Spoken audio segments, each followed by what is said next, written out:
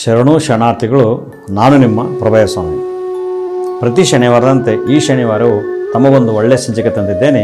ಈ ಸಂಚಿಕೆ ತಮ್ಮ ಮನಮುಟ್ಟಿದಲ್ಲಿ ದಯವಿಟ್ಟು ನನ್ನ ಸಂಚಿಕೆ ಶೇರ್ ಮಾಡಿ ಮತ್ತು ಸಬ್ಸ್ಕ್ರೈಬ್ ಮಾಡಿ. ಇದು 34ನೇ ಸಂಚಿಕೆ. ನಿಜವಾದ ಸಂಬಂಧವನ್ನು ತಿಳಿಯುವುದು ಹೇಗೆ ಅಂದರೆ ಅಂತರಾಳಾದಿ ಅರಿಯಬೇಕು, ಅನುಭವಿಸಬೇಕು, ಪರೀಕ್ಷಿಸಬೇಕು. ಅದರೊಳಗೆ ತಾಳ್ಮೆ ಇರಲೇಬೇಕು. ಇಲ್ಲವಾದರೆ ಜೀವ ಇರುತ್ತದೆ, ನೆಮ್ಮದಿ ಇರುವುದಿಲ್ಲ. ಜೀವನ ಇರುತ್ತದೆ, ಅದಕ್ಕೆ ಅರ್ಥವೇ ಇರುವುದಿಲ್ಲ. ಕಂಡ ದೇವರನ್ನು ಪೂಜಿಸಿ ಯಾಕೆ ನಿನ್ನ ಸಮಯ ಮತ್ತು ಜೀವನ ಹಾಳು ಮಾಡುತ್ತೀಯ ಅಂತ ಭಗವಂತ ನಗುತ್ತಾ ಕೇಳುತ್ತಾನೆ. ಮೊದಲು ನಿನ್ನೊಳಗಿನ ಇರುವ ಮಾನವೀಯತೆ, ಸಹಜ ಧರ್ಮ, ಆತ್ಮಗೌರವ, ಸರಳತೆ, ಒಳ್ಳೆತನಕ್ಕೆ ಪೂಜಿಸು. ಆಮೇಲೆ ನೋಡು, ನೀನು ಇದ್ದಲ್ಲಿ ನಾನೇ ಬರುತ್ತಾನೆ ಅಂತ ದೇವರು ಹೇಳುತ್ತಾರೆ. ದೇವರು ಅನ್ನ ವಸ್ತ್ರ ಬೇಡುವುದಿಲ್ಲ. ದೇವರು ತಲೆಗೂದಲು ಬಯಸುವುದಿಲ್ಲ. ಆದರೆ ಕಾಡಿ ಬೇಡುವ ಹೇಸಿ ದವ್ಯಂಗಳ ನಂಬಬೇಡಿ. ದೇವರಿಗೆ ಹರಕೆ ಹೊರುವ ಪದ್ಧತಿ ಬೇಡ. ದೇವರ ಹೆಸರಿನಲ್ಲಿ ಪ್ರಾಣಿ ಬಲಿ ಕೊಡುವುದು ಅಜ್ಞಾನ ಮತ್ತು ಅಪರಾಧ. ಈ ಸತ್ಯ ಜನರಿಗೆ ಇನ್ನೂ ಅರ್ಥವಾಗಿಲ್ಲ. ನಮ್ಮನ್ನು ಯಾರಾದರೂ ಪ್ರೀತಿಸಿದರೆ ನಾವು ಅವರ ಹೃದಯದಲ್ಲಿದ್ದಂತಾಯಿತು. ಆದರೆ ಯಾರಾದರೂ ನಮಗೆ ದೂಷಿಸಿದರಂದರೆ ಅವರು ನಮ್ಮ ತಲೆಯಲ್ಲಿ ಇರುತ್ತಾರೆ. ನಾವು ದೇವರನ್ನು ಬರೀ ಪೂಜಿಸಿದರೆ ಎಲ್ಲವೂ ಸಿಗುವಂತಿದ್ದರೆ 24 ಗಂಟೆ ಮಂದಿರದಲ್ಲಿದ್ದ ಪೂಜಾರಿ ದೇವರನ್ನು ಪೂಜಿಸುತ್ತಾನೆ. ಆದರೆ ಅವನು ಬೇರೆಯವರಿಗೆ ಏಕೆ ಭಿಕ್ಷೆ ಕೇಳುತ್ತಾನೆ? ದೇವರು ಕಲ್ಲಿನಲ್ಲಿಲ್ಲ, ನಮ್ಮ ಹೃದಯದಲ್ಲಿ ಭಕ್ತಿಯಲ್ಲಿ ಇರುತ್ತಾನೆ. ಹೆತ್ತವರು ಇದ್ದರೆ ಭಾರವಿಲ್ಲ. ಹೆತ್ತವರು ತೋರಿಸುವ ದಾರಿ ದೂರವಿಲ್ಲ. ಹೆತ್ತವರು ಸೇವೆಯಲ್ಲಿ ಸ್ವಾರ್ಥವಿಲ್ಲ. ಹೆತ್ತವರ ಹಾಗೆ ಯಾರೂ ಇರುವುದಿಲ್ಲ. ಹೆತ್ತವರ ಪ್ರೀತಿಯಲ್ಲಿ ಮೋಸವಿಲ್ಲ. ಹೆತ್ತವರ ನುಡಿಗಿಂತ ಒಳ್ಳೆ ಗ್ರಂಥವಿಲ್ಲ. ಹೆತ್ತವರ ಮಾತು ಕೇಳಿ ಚಿಂತೆ ಇಲ್ಲ. ಹೆತ್ತವರ ಕಷ್ಟವ ನೋಡು ಸೋಲೇ ಇಲ್ಲ. ಹೆತ್ತವರಿಗೆ ಸಮಾನಾದ ಯಾವ ದೇವರಿಲ್ಲ. ಹುಡುಕುತ್ತಾ ಹೋದ ಧರ್ಮರಾಯನಿಗೆ ಕೆಟ್ಟವರು ಯಾರೂ ಸಿಗಲಿಲ್ಲ.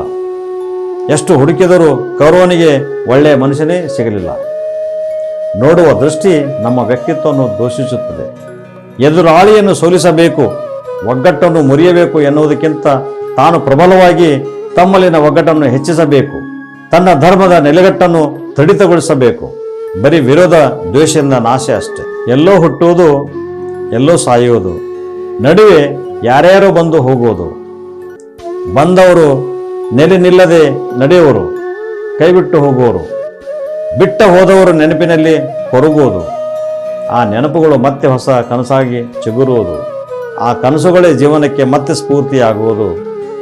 ಸುಖ ದುಃಖಗಳನ್ನು ಮೈಗೆ ಮೆತ್ತಿಕೊಳ್ಳುವುದು, ಸುಖದಲ್ಲಿ ತೇಲುವುದು, ದುಃಖದಲ್ಲಿ ಮುಳುಗುವುದು, ಕೊನೆಗೆ ಎಲ್ಲವನ್ನು ಮರೆತು ಮಣ್ಣಾಗುವುದು. ಇದೇ ಅಲ್ಲವೇ ಜೀವನ?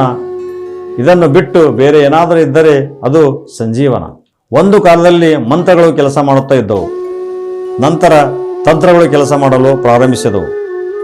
ಅದರ ನಂತರ ಯಂತ್ರಗಳು ಕೆಲಸ ಮಾಡಲು ಪ್ರಾರಂಭಿಸಿದವು. ಈಗ ಕೇವಲ ಕುತಂತ್ರಗಳು ಮತ್ತು ಷಡ್ಯಂತ್ರಗಳು ಕೆಲಸ ಮಾಡುತ್ತಿವೆ. ಜೀವನದಲ್ಲಿ ಇಬ್ಬರ ಸ್ನೇಹಿತರನ್ನು ಸಂಪಾದಿಸಿ. ಒಬ್ಬ ಕೃಷ್ಣನಂತೆ, ಅವನು ಹೋರಾಡುವುದಿಲ್ಲ, ಆದರೆ ನಿಮ್ಮನ್ನು ಗೆಲ್ಲಿಸುತ್ತಾನೆ. ಇನ್ನೊಬ್ಬ ಕರ್ಣನಂತೆ, ನೀವು ಸೋಲುತ್ತೀರಿ ಅಂತ ಗೊತ್ತಿದ್ದರೂ ಅವನು ನಿಮಗಾಗಿ ಹೋರಾಡುತ್ತಾನೆ. ಜೀವನ ನಿತ್ಯ ಕಲಿಸುವ ಪಾಠಶಾಲೆ. ಸಜ್ಜನರಿಂದ ಸಂತೋಷವಾದ ಪಾಠ ಕಲಿಕೆ, ದುರ್ಜನರಿಂದ ನೋವಿನ ಪಾಠ ಕಲಿಕೆ. ಕಲಿತ ಪಾಠ ಅರಗಿಸಿಕೊಳ್ಳುವುದೇ ಜೀವನದ ಶ್ರೇಷ್ಠ ಕಲಿಕೆ. ಜೀವನದಲ್ಲಿ ಯಾವುದಕ್ಕೂ ಚಿಂತೆ ಮಾಡಿ ಕೊರಗಬಾರದು. ಒಳ್ಳೆಯದಾದರೆ ಅದ್ಭುತ ಎಂದು ಭಾವಿಸಬೇಕು, ಕೆಡುಕಾದರೆ ಅನುಭವ ಎಂದು ಪರಿಗಣಿಸಬೇಕು. ನಾನು ನನ್ನದು ಎಂದು ಮರೆಯಬೇಡ. ಈ ಜಗತ್ತಿನಲ್ಲಿ ನಾನು ಎಂಬುದು ಇಲ್ಲ. ಹುಡುಕಲು ಹೋದರೆ ನೀನೇ ಇರುವುದಿಲ್ಲ. ಖಾರಕ್ಕೂ ಅಹಂಕಾರಕ್ಕೂ ಒಂದು ವ್ಯತ್ಯಾಸ. ಖಾರಕ್ಕೆ ನಾವೇ ನೀರು ಕುಡಿಯುತ್ತೀವಿ, ಅಹಂಕಾರಕ್ಕೆ ಕಾಲವೇ ನೀರು ಕುಡಿಸುತ್ತದೆ. ಧನ್ಯವಾದಗಳು. ಈ ಸಂಚಿಕೆ ತಮ್ಮ ಮನಮುಟ್ಟಿದಲ್ಲಿ ದಯವಿಟ್ಟು ಶೇರ್ ಮಾಡಿ ಮತ್ತು ಸಬ್ಸ್ಕ್ರೈಬ್ ಮಾಡಿ. ನಮಸ್ಕಾರ.